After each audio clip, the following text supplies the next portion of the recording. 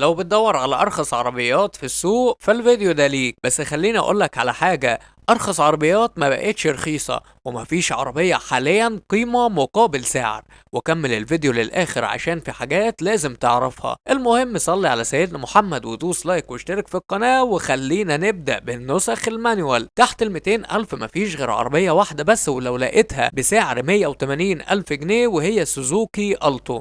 اما تحت 300 الف جنيه هتلاقي عربية واحدة برضو وهي لادا جرانتا بسعر 285 الف جنيه. اما في فئة ال 300 فانت عندك سوزوكي اسبريسو ب 300 الف، وسوزوكي بالينو ب 320، وشنجان ال 7 320 برضو، وعندك سوزوكي سيلاريو 3 فئات 330 و 340 و 350 الف جنيه.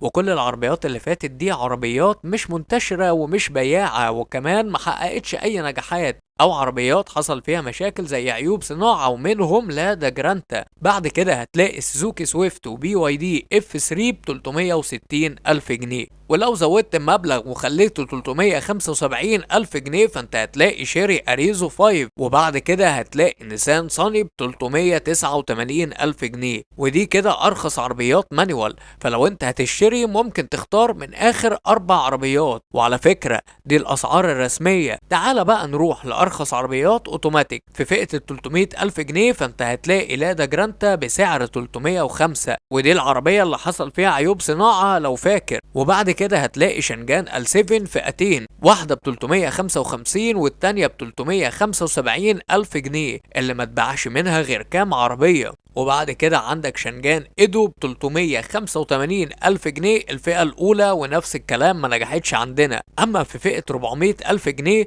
فانت عندك بروتون ساجا، والعربية دي تقدر تقول عليها صفر مبيعات. وكمان سوزوكي سيلاريو برضو ما عليهاش طلب كتير. وهتلاقي ميتسوبيشي أطراج العربية اللي لسه جاية جديد للسوق المصري ب 400 ألف جنيه. ومن دلوقتي ركز عشان احنا داخلين على مزاد تقريبا. عندك بي واي دي اف 3 ب 410 الف جنيه، وناس كتير اشتكت من الفتيس بتاعها، فلو هتجيب هات المانيوال عشان تريح دماغك. وبعد كده عندك ميتسوبيشي ميراج ورينو لوجان الفئة الأولى، وشيري أريزو 5 فئة أولى أوتوماتيك ب 415 ألف جنيه. بعد كده لو زودت 5000 جنيه وخليت المبلغ 420 ألف فانت هتلاقي سوزوكي ديزاير أول فئة أوتوماتيك، ونسان صاني أول فئة أوتوماتيك برضه. زود عليهم 5000 جنيه هتلاقي رينو لوجان الفئة التانية ب 425 ألف. ولو زودت كمان 5 فانت هتلاقي بي واي دي ال 3 ب 430 ألف، والعربية دي برضو مش منتشرة ومش بياعة. زود كمان 5 واعتبر نفسك في مزاد زي ما قلت لك، وخد رينو لوجان الفئة التالتة ب 435 ألف. حط عليهم كمان 5 خليهم 440 ونقي واختار. عندك شنجان سي اس 15 الفئة الأولى وما انصحكش بيها.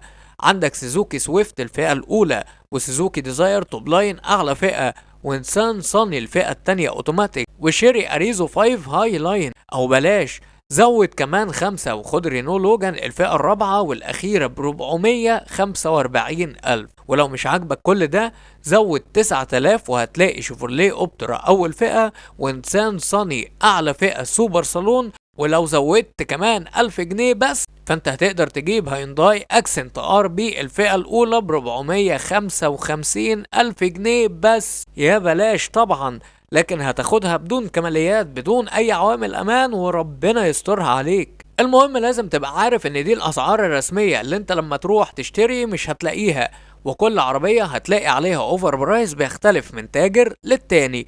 ولو فكرت تشتري فاصل في السعر على قد ما تقدر، ودور في مكان واتنين وتلاتة لحد ما تلاقي سعر كويس. ومعلومة ليك، حتى عربيات الزيرو دلوقتي بقت محتاجة كشف، فلو تعرف تاخد حد معاك يكشف على العربية فانصحك يا ريت تعمل كده. وبرضه خليني افكرك ان مفيش عربية فيهم قيمة مقابل سعر. وخليني اقولك ان عوامل الامان اللي موجودة في الفئة دي من العربيات بتكون عبارة عن 2 ايرباجز واي بي اس واي بي دي، لكن العربية الوحيدة اللي بتتميز بوجود ثبات الكتروني هي سوزوكي ديزاير. وفي عربيات ممكن عوامل الامان تقل فيها، زي ان مثلا ممكن تديلك ايرباج واحد وتديك معاه اي بي اس، وفي عربيات ممكن ما تدكش عوامل امان اصلا. واخيرا ما تنساش لايك واشتراك في القناة. شكرا لكم على المتابعة ودمتم بخير يا رب.